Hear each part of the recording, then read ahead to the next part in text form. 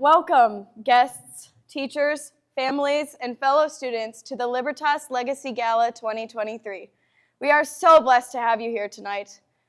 As Mrs. Robbins already said, my name is Ella Pustai. I am a senior and I have been attending Libertas for 7 years. During those 7 years, I have heard the word legacy a lot, at the previous galas, in my classes, and in books I've read. What does legacy mean?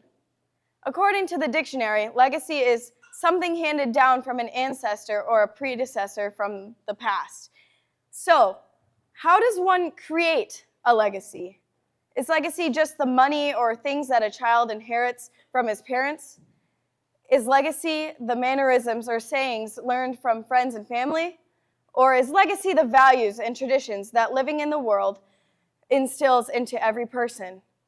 Many people have differing views of what legacy is, but as my understanding of this term has grown over these years, the word legacy encompasses every aspect of an individual: the mind, the soul, and the body.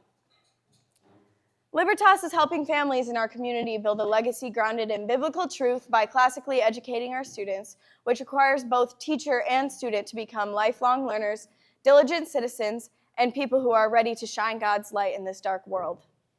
Okay, so what makes building a legacy via classical education beneficial? There are 3 points that I think are important to look at tonight. First, the classical Christian education model helps prepare students to become wise and proactive members of society. I'm sure that as you go about life, it is exceptionally easy to see how lost the world is. At Libertas, we are asked to wrestle with life's hard questions, such as ideas about predestination, infinity, and the roles about man and woman. For example, we have recently discussed in my calculus class the question, what is mathematics and what is its purpose in life? I don't know about you, but I have never thought about what mathematics actually is, mostly because I define mathematics as its purpose. It is quite difficult to come up with the definition for mathematics if you actually think about it. Throughout all classes, questions like these are asked to get students to think for themselves and take responsibility for their own learning to pursue their own excellence. Something that I have heard consistently throughout this past year as I have been preparing for college and attempting to finish off the school year well is the statement, "Nothing worth having comes easily." And boy, is this true. In my many years at Libertas, I have worked very hard throughout all of my classes, and just recently have I been seeing the fruit of these efforts. One of the most important things that I have learned from this is the fact that thinking for yourself is imperative. In being able to think for oneself, people are not only able to make decisions, but are able to argue for them as well in a coherent, logical, and winsome manner.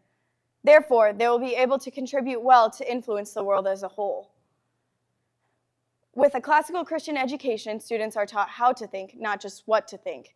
They are taught to use tools that they have to make new tools. They are taught how to think through what resources they have and make the best out of them, which is important for problem solving. In February, I had the opportunity to compete in a scholarship competition at a college in Tennessee. This competition drew intelligent and dedicated people from all over the United States who demonstrated excellence of character and learning. I would actually say that it was a life-changing experience. During the weekend, I was able to discuss challenging ideas with people who were deep thinkers and as dedicated to exploring those deep ideas as I was. There, we discussed C.S. Lewis, Shakespeare, Kant, and apologetics. It was an amazing experience. But one thing that surprised me as a takeaway was the edification I got from being around those very smart people. There's a different atmosphere and environment of people who value learning in the way I have been taught versus in an environment of just using school as a means to get a job. Everyone there aspired to be excellent. It was an honor to be a part of this competition. This same atmosphere of uplifting studiousness is strong at Libertas. The second thing I would like to address about classical Christian education is the fact that it builds a person with a depth of character that is lacking in society today. One of the challenges I encountered this year was in calculus class, again. At the beginning of the year, the biggest shock was the fact that in calculus class, I would be writing summary essays almost every week about what we learned. But not just any quick, simple summary paragraph. I had to be excellent with depth, yet simplicity for any reader to understand the topics. But it also had to be captivating and interesting. I have to say, it was definitely harder than I thought it would be. But from that experience, I have learned that I enjoy writing and would say that I have taken my writing more seriously and thought about the big picture more. This is an example of how classes are integrated and intertwined. At the beginning of the year, I had 3 different classes talking about Plato and Aristotle at the same time. That was pretty interesting. With classes that are unified so that students with complete integration of classes are interested in more than one thing, rather than just being focused on just social issues fitting into a specific clique or one hobby. At Libertas, I have experienced orchestra, drama productions, a calculus competition, participated on sports teams, and am part of the house system leadership. I am interested in writing, presenting speeches, and playing music. Throughout all of these different opportunities, I have been provided with a depth of experiences that have formed me into a well-rounded individual. Finally, classical Christian education prepares a person for hardship, trials, challenges, and as well as the joys of life. As I have already implied, Libertas is known to be pretty rigorous, but from this flourishes the ability to stand under pressure and trials and meet them head-on with courage and clarity. This makes the education here at Libertas different from others. Classes are taught intentionally. They are meant to ultimately grow endurance and make a student more sure of themselves and ready to attack problems. To summarize, legacy is what is handed down from the next generation after us. It is the ideas that go with us when we graduate high school, move out of the house, get married, have kids, work, live, and serve God's people.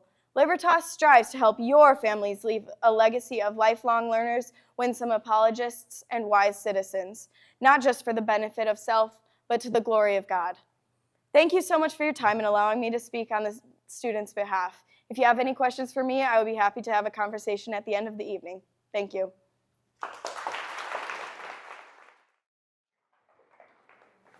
Thank you so much. It's a privilege and an honor to be here. Choir, thank you. I hope the choir kids didn't sneak out. Are you guys all in the back? Okay. Well, if anybody left, give them negative peer pressure tomorrow. That was wonderful. It's great to hear you guys singing. And you've got a step ahead on everyone else who's not in choir, because that's what we're going to be doing for all of eternity, right? So ladies, you do a great job. And men, there's nothing more manly than singing, right? You need shirts that say real men are in choir or something like that. So thank you for having me here this evening. It's an honor and privilege. I know that we'll just get the elephant out of the room. Are any Michigan State fans? Okay, a few. So here's what I can guarantee you. I can guarantee you that your being here right now instead of at home watching the game will change absolutely nothing. Okay? Nothing will change. However, it just may be that your being here, participating in this gala and hearing a little bit about classical Christian education and what Libertas is doing will change your life, okay? Or the life of your children, or the life of the school, the life of this community, the life of our nation and the church. So, thank you for being here. It's wonderful to be able to be together this evening. So, over the next 45 to 50 minutes, I'd like to make 2 main points. I'm kidding. Bob told me 45 to 50, and I said, that's a little long. I'll keep it to 45. So I'm kidding again. It'll be about a half an hour, a little bit more, okay? So get ready. I have a lot to cover. I'm going to try to pack in to get a lot of bang for our buck, and I want to address 2 main points this evening. The first is that classical Christian education is sorely needed given the current state of education in our society. And the second is that the model or the paradigm of classical Christian education that Libertas embraces is not a new experimental idea, but rather has been the standard understanding of education throughout history until quite recently. Okay? In other words, I want to share a few thoughts about why classical Christian education is both timely and timeless. Okay? So here's what we're going to be going through this evening. First, introduction. We just did that. I'm going to talk a little bit about the timeliness, and then we're going to spend the bulk of our time talking about the nature and purpose of classical Christian education and look at 2 foundational assumptions and 2 goals. And Ellen and I didn't coordinate, but great job. I don't even know. I don't really need to talk at this point because she said a lot of this stuff. Okay, so hopefully you'll see some points of connection between this. And then I'd like to close with just a couple of thoughts about classical Christian education as timeless, and also a little bit about what is unique about being both classical and Christian, okay, together. So when I look around at our society today, I don't know about you, but I'm convinced that we need classical Christian education more than ever. Part of my own story is that when I was in graduate school, I just assumed that when I finished my doctorate that I would be a professor. That was what I just assumed. And through a variety of circumstances that the Lord brought into my life, I became more and more involved with the classical Christian education movement, and I became more and more convinced that if I wanted to have a significant impact for the kingdom of God, this is where I needed to be. And so part of my story is that at one point, actually at multiple points, I declined tenure track professor job offers in order to work in K-12 classical Christian schools, because the education that's happening in schools like Libertas is just that important. Okay, this is where the action is. Education is where the battle for the hearts and souls of our children is being fought. And in case you haven't been paying attention, our society and the state of education is kind of a mess. Right? Now, there's a lot of things I could say about that. I want this to be an informative, inspirational talk, not a negative, complaining one, okay? But I'm going to start with just a couple of examples over the past 2 months to just paint a little bit of a picture that then I think will provide a context for why classical Christian education has something to offer to us today, okay? So, in January of 2023, 2 months ago, I don't know if you've heard of a lady by the name of Jessica Tapias. Anybody heard of this lady? She's a teacher in California. Actually, she was. She was fired after she refused to lie to parents about their children's gender transitions and pronoun preferences. Okay, now, teachers getting fired because they're using or refusing to use students' preferred pronouns is unfortunately quite common, but the case is different in this case because the issue was that Jessica said it was against her Christian beliefs to conceal students' gender identities from their parents. Okay, she said her religious convictions didn't allow her to lie to parents, and for that she was fired. The Hurupta Unified School District in Riverside County informed Jessica, quote, "The district cannot accommodate your religious beliefs that prohibit you from maintaining a student's gender identity and refraining from disclosing a student's gender identity from his/her/their parent/parents/guardians," end quote. Okay? They have a policy that requires teachers to keep this information private. Jessica said, "I can't lie to parents. I'm a Christian," and they said, "You're fired." Okay? That's 2 months ago. Last month, you guys heard about the Christian school in Vermont? Okay? Christian school in Vermont, Mid-Vermont Christian School, decided to forfeit a Division 4 girls basketball playoff game because the team that they were going to be playing in this tournament game had a boy on it, right? A transgender, a biological male that the team allowed to play on their girls basketball team. And the Christian school said this. They said, "We withdrew from the tournament because we believe playing against an opponent with a biological male jeopardizes the fairness of the game and the safety of our players." Okay? Now note something. They did not demand that everyone accept their belief that a man is a man and a woman is a woman. They did not demand that this one student not participate on their opponent's team. They didn't harm in any way the other team or the players. The only people harmed by this decision were their own girls and their basketball team. Okay, by forfeiting this game, they exited the tournament. Their girls didn't have a chance to compete. Okay, nevertheless, the Vermont Principals Association almost immediately ruled that the Christian school had violated its policies on racial, gender fair, and disability awareness and on gender identity. And what was the penalty? Well, the Christian school is now barred from competing in all tournaments, in all sports, indefinitely. Okay? That is to say, because their school forfeited a game, said, we will just walk away, right? Because of the beliefs that we hold, those students at Mid-Vermont Christian are now indefinitely banned from participating in any athletic tournaments. So now they'll form a really great choir, I think. So, okay? Okay, one final example. Like the examples of teachers who are becoming more and more open about the way in which they use their classrooms for indoctrinating their students is really quite remarkable, okay? Mandy Young, a Minnesota teacher at Highland Park Middle School, she openly supports anarchism and anti-capitalism. She writes, quote, "My students this year have no respect for authority. I love that in a person because I have no respect for authority whatsoever," end quote. Now, how is that a basis for education or civil society, right? She's celebrating this, okay?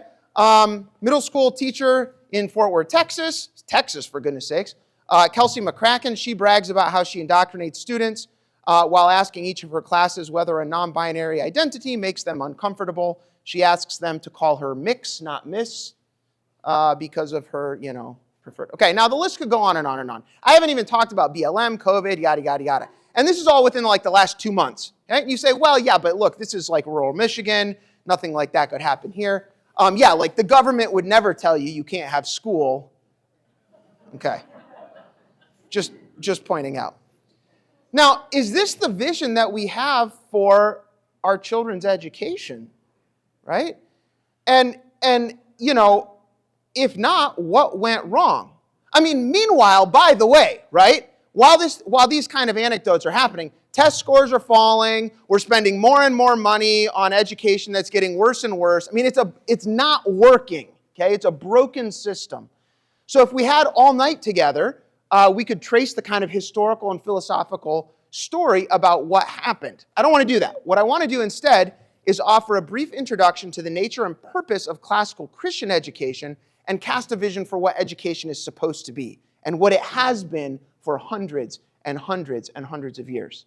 Okay, so what is this thing that we call classical Christian education? In short, it's a timely and timeless approach to education that has been around for over 2,000 years, as I said, and it's radically different from other educational paradigms in a number of important ways because it is grounded in a set of foundational assumptions about the nature of education. That's letter A. And it's directed toward goals, that's letter B, okay, that are different from other educational paradigms around us and that were widely accepted and standard from the time of the ancient Greeks at least up until the end of the 19th century, less than 150 years ago. Okay?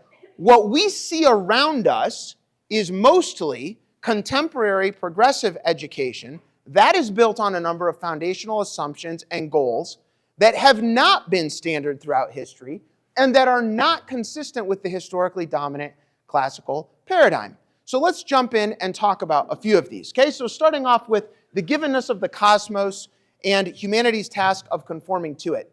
C.S. Lewis, in his book, The Abolition of Man, high schoolers, do you guys read The Abolition of Man? Say yes or no. That was a bad educator question. It's a yes or no question. Okay.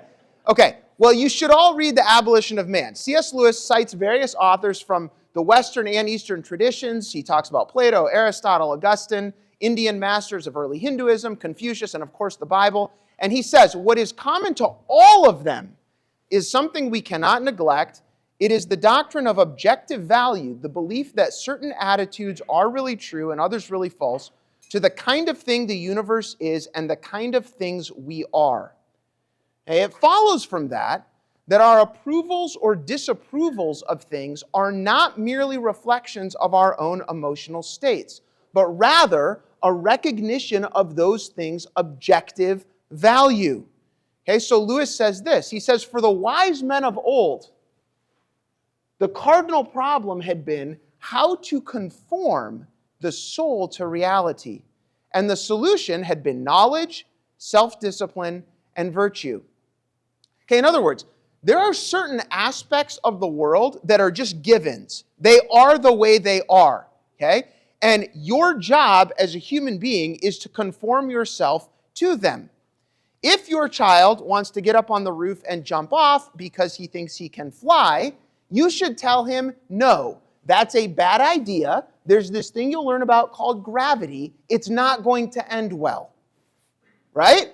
Okay, in other words, nobody cares what you think or feel. Or I should put it this way, gravity doesn't care what you think or feel. It's going to take control. That's just the way it is, okay? But this is not how most moderns approach the world. Around us today, people are being taught that the world is malleable, that we can form the world into our image as we see fit. Okay? So contemporary progressive educators are unfortunately actively and intentionally teaching our children that they have the right to choose what reality will be true for them. And I put reality and truth in scare quotes because, of course, it's not really reality or truth if that's how you're defining it. Okay? The paradigm of classical Christian education is grounded on the assumption that that's not the case. Okay? We should seek to understand the world around us that God has made and how He has created us in order to figure out how we ought to live, not in order to figure out how we can manipulate the world to serve our own desires. That's a very different orientation toward the world and toward what education is all about.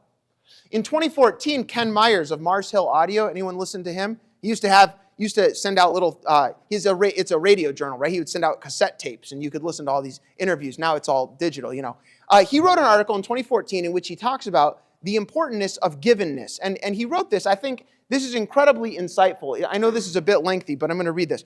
If I had to isolate a single priority for Christians in educating their children, okay, now hold on, pause. Whenever somebody that's really, really smart like Ken says, if I had to isolate, one thing, what would it be? Sit up and pay attention, okay? Single priority for Christians in educating their children, it would be to convey to them a deep and abiding confidence that there is a givenness to the universe and to human nature, a confidence that is the foundation of ordered desire to spend one's life learning to fit into that givenness. The classical model of education, as opposed to modern models, is a great boon to Christians precisely because it assumes a prescriptive understanding of human nature and the cosmos. It assumes that human beings, individually and socially, have an objective purpose that calls us to certain ways of life.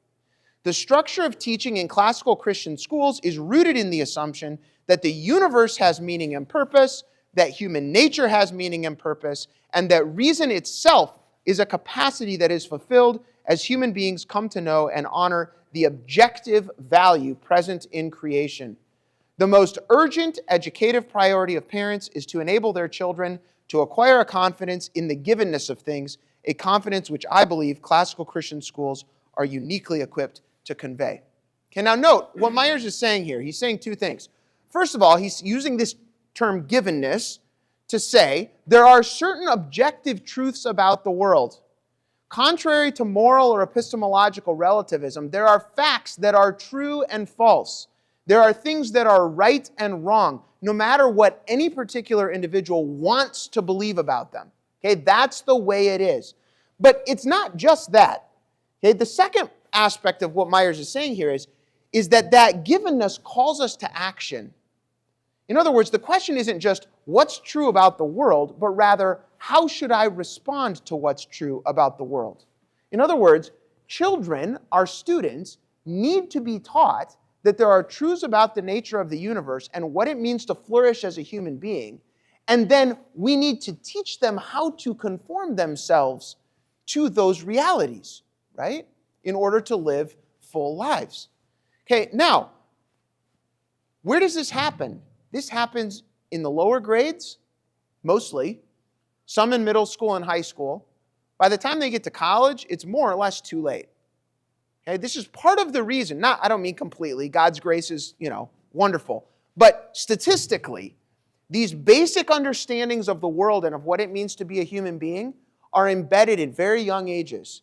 And that's why many colleges and college professors, myself included, have become so passionate about what's happening in kindergartens and first grade classrooms and second grade class and on, okay, in K-12 classical Christian schools. Okay, the second foundational assumption here has to do with the unity of truth. We believe that God is the source of all truth, right? Okay, That means God reveals truth to us through special revelation, through Scripture. He also reveals truth to us through his creation, which he created good. Okay, now, given that God created all things and that all truth has God as a single source, we should view knowledge as a coherent whole, and the study of God and his creation through the different disciplines should be taken as a unified enterprise. So John Henry Newman says it this way in The Idea of a University: all branches of knowledge are connected together because the subject matter of knowledge is intimately united in itself, as being the acts and the work of the Creator. There is no science but tells a different tale when viewed as a portion of a whole, from what it is likely to suggest when taken by itself, without the safeguard, as I may call it, of others. Okay, this point has been largely lost today. So Clark Kerr called universities multiversities. He said they're not really universities, right? They're really multiversities because you have all these different departments and, they're all doing different things. And the physics department has no idea what's going on in the chemistry department, has no idea what's going on in the philosophy department or whatever, okay? Everything's different. Nobody talks to each other. And unfortunately, many teachers see their role that way as well. I'm a math teacher. What do I have to know about history, right? I teach poetry. Why should I know anything about art or science? And what the point is here is that because all truth comes from God, okay, we should view knowledge as an integrated whole. Now, this has really important practical implications. So, for example, the fact that we've fragmented these things is part of the reason why we turn to specialists to answer complex questions, like how to respond to a COVID virus, for example, okay, that they really can't answer with their specialized knowledge alone, right? These are complex problems that require multidisciplinary, integrated approaches. And what classical Christian schools are doing is producing young men and young women who have studied the Bible and philosophy and art and history and math and science and these things in an integrated, holistic way that will allow them to respond to these complex challenges. Okay? A.G. Sertalange, in his book, The Intellectual Life, says this: can one study a piece of clockwork without thinking of the adjoining piece? It's a rhetorical question. The answer is no. Okay? Can one study a bodily organ without considering the body? Another rhetorical question. No. Okay? Neither is it possible to advance in physics or in chemistry without mathematics, in astronomy without mechanics and geology, in ethics without psychology, in psychology without the natural sciences, in anything without history. Everything is linked together. Light falls from one subject on another, and an intelligent treatise on any of the sciences alludes more or less to all the others. And he goes on to say, like these great men, there's a reason why you read Aristotle and Plato in 3 different classes, or we're talking about him. Because you can't confine these people to one field. Oh, well, he was just a philosopher. He doesn't have anything to say about, the natural world. No! All these great thinkers are integrated in their thinking, okay? So classical Christian education embraces this unity of disciplines and the interdependent contributions that each makes to the other. Now, one other really important benefit of this approach for Christians: because God is the source of all truth, as we study both special and general revelation, we don't have to choose between false dichotomies like, well, should we believe the Bible or should we believe science? Guess what? Scripture and creation both come from God. That means if we are interpreting both correctly, they will never be in conflict. Okay? Now, of course, there are some difficult questions that follow from that. But you see how this theoretical paradigm allows for an integrated approach that doesn't cause us to either believe on the one hand that we believe in the science and all those Christians are kind of weirdos that believe in this creepy spiritual stuff, or we believe the Bible and therefore we don't listen to what science. See, there's a false dichotomy, okay? Because all truth comes from God. All right, goals. I cannot underestimate the importance of the fact that every model of education, whether it's religious or secular, classical or progressive, whatever, every model of education, either explicitly or implicitly, has a goal. Okay? Every model of education has a vision of the good life that it's attempting to pass on to students. Or to put it another way, every model of education is based on a set of values. There is no such thing as value-free neutral education. It's impossible. It's impossible philosophically. It's impossible practically. You can't do it, okay? So that truth has been recognized all throughout history, from ancients to moderns, from Christians to pagans to atheists. Everyone recognizes that. So the question is, what should the goals of education be? So I'll address 2 points here. If you go out onto the street and you just ask people, why do you want your kid to go to a good school? Most likely, again, statistically, you'll get an answer something like, well, the purpose of school is to equip students with knowledge and skills that they'll need in order to go out in the world and be successful, right? So you say, why do you care if your kid goes to a great school? Well, I want them to, get into a good college. Well, why do you care if they go to a good college? Well, I want them to get a good job, of course. Well, why do you care if they get a good job? Well, I want them to be successful. And all of a sudden what we realize is, even if we maybe don't say it explicitly, we're viewing education as a means to an economic end, right? Ultimately, the purpose is go out and get all the stuff you need in order to be successful, have a successful lifestyle. That's not how the paradigm of classical Christian education for the last couple thousand years has understood the goals of education. Okay? Classical Christian education understands the purpose of education to be the cultivation of whole human beings, not the preparation, or not primarily the preparation of students for a particular job or function in society. The goal of classical Christian education is not to teach people how to do a job, but rather how to be human beings. Okay? Let me give you a couple of examples here. W.E.B. Du Bois is writing in the beginning of the 20th century. He's a leader he's a famous African-American thinker, activist. Okay? He's a leader.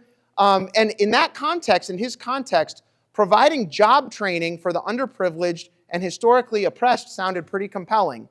Okay? W.E.B. Du Bois got into big arguments with Booker T. Washington about this, etc. Okay, but Du Bois says, if all you do is teach them a job, you're really just dehumanizing them and turning them back into slaves.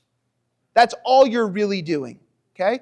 He writes this of education: if we make money the object of man training, of education, we shall develop money makers, but not necessarily men.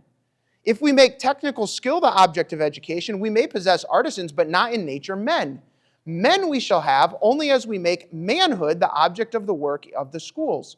Intelligence, broad sympathy, knowledge of the world that was and is, and of the relation of men to it. Note again that idea of givenness there. This is the curriculum of that higher education which must underlie life, true life. On this foundation we may build bread-winning, skill of hand, and quickness of brain, with never a fear lest the child and the man mistake the means of living for the object of life. Do we all need roofs over our head and food in our bellies and clothes on our backs? Yes. That's not the goal of life. Those are the means of living. Okay? Du Bois goes on to declare, he says, I insist that the object of all true education is not to make men carpenters, it is to make carpenters men. Okay? In other words, we need people who understand what it means to live well. And based on that, they will be successful in whatever occupation they have. Okay, Sir Richard Livingston in 1944, I'm not going to read this whole thing. He's saying much of what Du Bois says also. Look at the little Latin phrase after the ellipse. He says, at times, the right model for our education seems to be propter vitam vivendi perdere causas, for the sake of livelihood, to lose what makes life worth living. You can build a system of education that will enable people to have a means of livelihood. But if you mess up the goals and teach them that that's the ultimate goal, you're actually cutting them off from making life from what is worth living. The material in life tends to dominate. Spiritual and moral life is forgotten. Wisdom and even judgment recede into the background. Arthur Holmes, 20th century preeminent Christian philosopher, he said this. He said, the question to ask juniors and seniors and parents of juniors and seniors, this is a great thing as you're starting to think about colleges, okay? The question to ask about an education is not, what can I do with it, but rather, what is it doing to me as a person? Education has to do with the making of persons, Christian education with the making of Christian persons. Okay, so throughout the tradition, it's been almost universally understood that the education is not primarily or firstly a matter of job skills training or of information transfer. It's a matter of cultivating and forming students into a certain kind of human being. And what we find all throughout history, and there's good data I could show you to prove this, okay, what we find is that when we cultivate students into well-formed human beings and learners, lifelong learners, it turns out that in fact they become better workers. They become more successful in their careers. They move up through their companies, okay, because they have this grounding in what it means to be human. All right, and then last point on this, on the goals section, the cultivation of virtue. The Greek word, anybody know what the Greek word usually translated to virtue is? Veritas, truth. Arete, okay? Arete. Virtus is the Latin word. I'll get to that in a second. Okay, so a quick note about virtue. In Greek, the word arete, or virtue, is much broader than what we think of virtue in English, okay? When we say, oh, he's so virtuous, right? We mean something like, he doesn't cheat on his taxes or beat his children or something like this, right? In other words, okay, he's a good guy, all right? In Greek, this term arete is sometimes translated excellence. Okay, it's really the ability of a thing to fulfill its function. So anything can be virtuous. Your chairs are being virtuous right now because they're holding you up. That's their purpose. Okay, so they're doing their purpose well. So Aristotle says, for example, okay, you can see this. He talks about the virtue of the eyes, the virtue of a horse, if it can carry its rider into battle. St. Basil talks about the virtue of a tree is to bear fruit. That is to say, that's what it was meant to do, okay? So virtue is the ability of a thing to fulfill its purpose. Okay, now, we get our word virtue from the Latin virtus, or virtus. You guys use classical or pronunciation? Virtus, virtus, whatever. The Latinists get all cranky about this stuff. Okay, which comes from the word vired, which means man. Okay? So to be, etymologically, to be virtuous is to be manly. Not in like you beat your chest and run around in a toga or something, but in the sense of you're human. Okay? So a person who is virtuous is a person who is fully human. That is to say, you're fulfilling your function. You're an actualized human being. Okay? So Joseph Pieper, for example, in his book, Faith, Hope, and Love, he says that virtue is the enhancement of the human person in a way befitting his nature. Virtue is the most a man can be. It's the realization of man's potentiality for being. Virtue is the perfecting of man for an activity by which he achieves his beatitude. Okay, so I want to be very clear about something. This is not just moralism.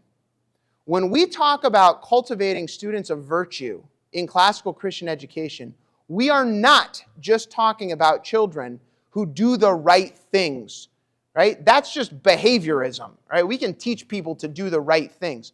We're talking about people who, through the cross of Christ, are formed and enabled to fulfill the purpose for which they were created and live their lives according to their true nature and be what God has called them to be. That's what we're talking about. And note that if that's the ultimate goal of education, it doesn't matter whether you go to college or enter the trades or are a stay-at-home parent or work at the post office. It doesn't matter, okay? The goal of the education is to help you be fully human and fulfill God's purpose for your life wherever He calls you to be. That's the ultimate goal, okay? Now, in the Republic, Plato says this. He says, the final outcome of education, I suppose we'd say, is a single newly finished person who is either good or the opposite. Okay? Think about what he says. When you get done with the education, the question isn't, did you get a high SAT or CLT score? The question isn't, what is your starting salary? The question isn't, did you get into your first choice college? That's not the question is, are you good? Right? How are you living?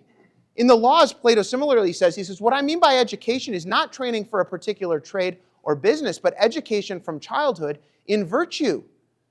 Okay? Now, in case you didn't know, there are a lot of really smart, evil people in the world. We don't need more of those.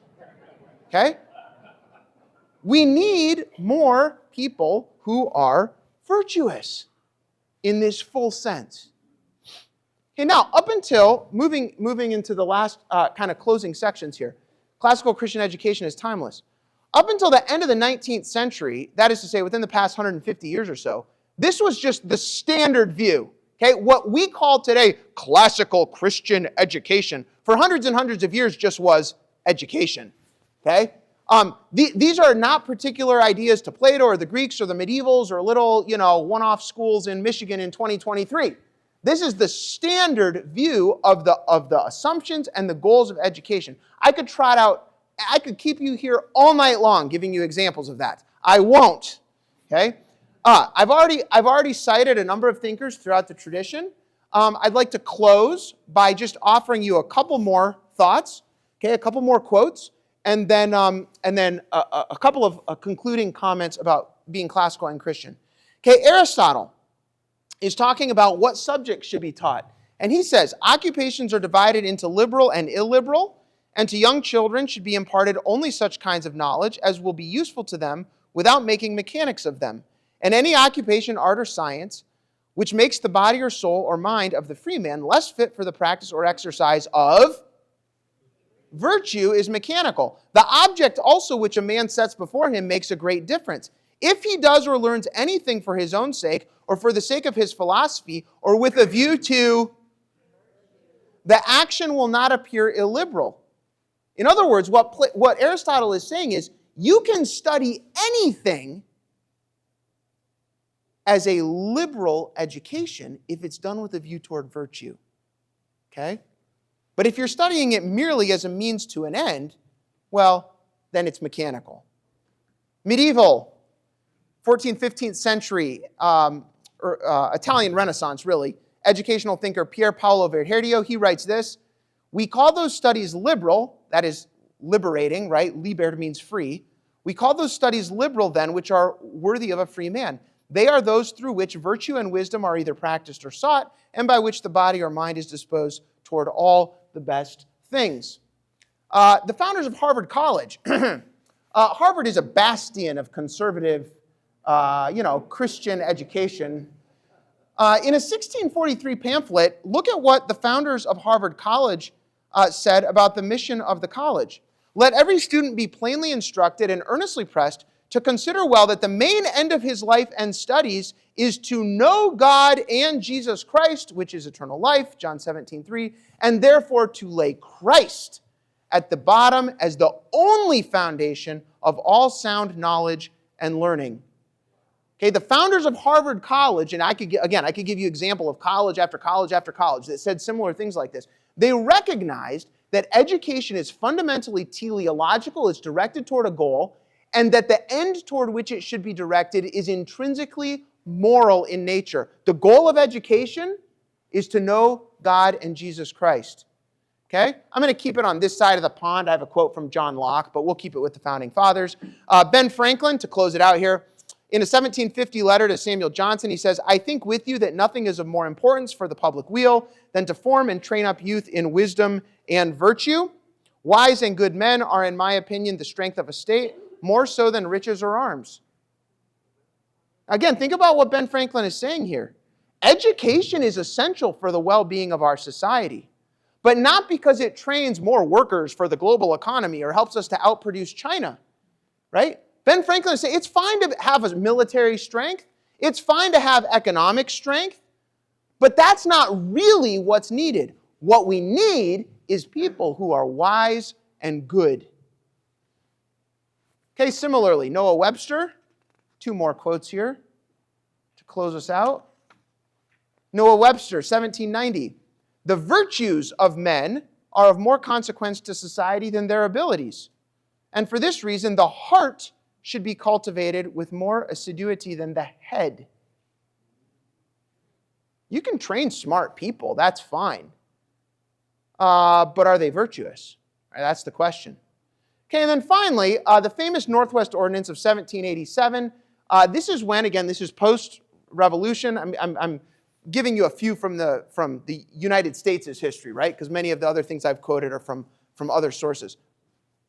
This is when the government gave its official support for the development of schools. And this is why the government of the United States thought it was valuable to support the work of the schools.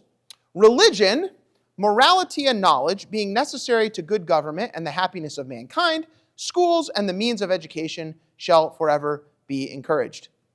Okay, did they say, we need schools because we need our students to have more knowledge? We need schools because we need producers for our economy. What's necessary, did they say, for good government and the happiness of mankind? Religion, morality, and third, knowledge.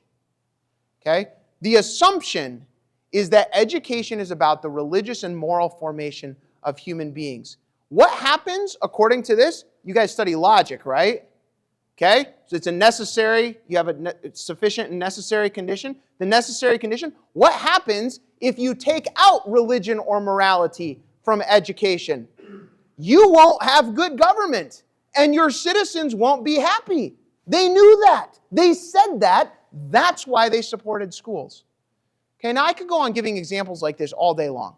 The point I want to make is that the classical Christian understanding of education is not a historical anomaly. What Libertas is doing is not a weird experiment.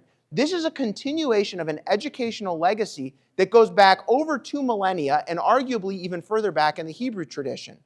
Okay?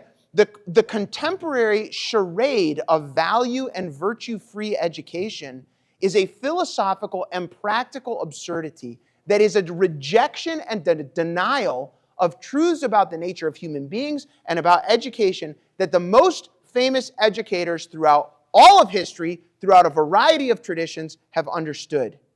Okay? That's inspiring. Okay? This vision of education, maybe it's not to you. It is to me, right? This matters. And when you have an education like this, that's cultivating human beings to live well, to love the Lord their God with all their heart, soul, and mind in an integrated way that will allow them to serve those around them. I mean, that's worth investing in. That's worth celebrating. And who really cares whether you have to wear a uniform or not? Sorry, that was free. Plaid skirts are cool anyway, so there you go. Okay, and then just to conclude here, to wrap this up, I want to address this final point in conclusion. The combination of classical and Christian. What is that? Scripture gives a mandate for Christian education. Scripture nowhere gives a mandate for classical education, right?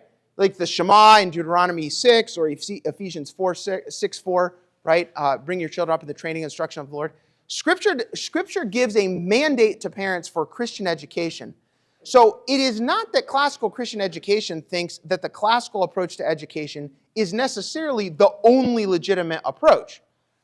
However, for over 2,000 years, it has been the theoretical paradigm that has been successfully used to educate successive generations.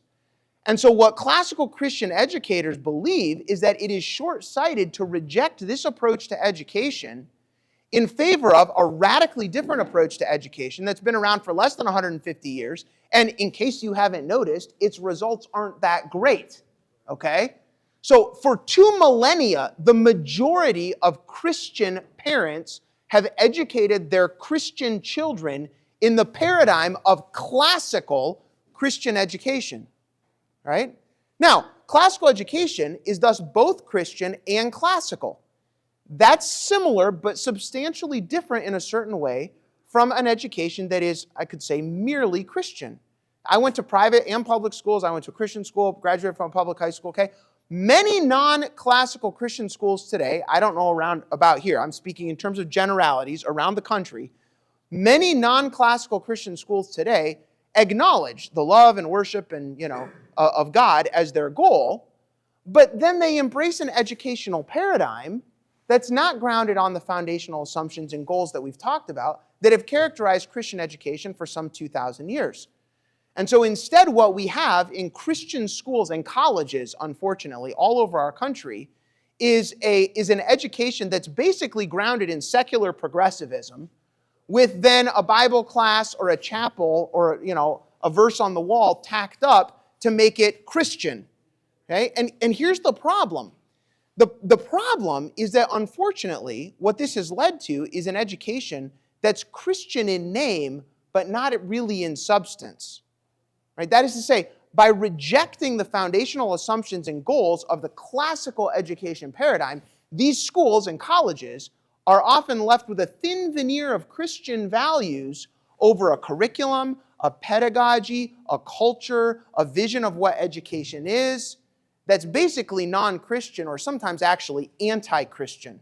And so when you look around and you think, oh my goodness, how did that Christian college do that? They used to be so solid. Or, oh my goodness, what? This is why, right? Because they can say the right stuff, but underneath their philosophy of education is not aligned with these principles that we've talked about tonight. Okay, so a firm conviction in the educational and spiritual value of this synthesis between Christian belief and classical education is what lies at the heart of classical Christian education. That is, I believe, an education that's both timely and timeless. Thank you very much.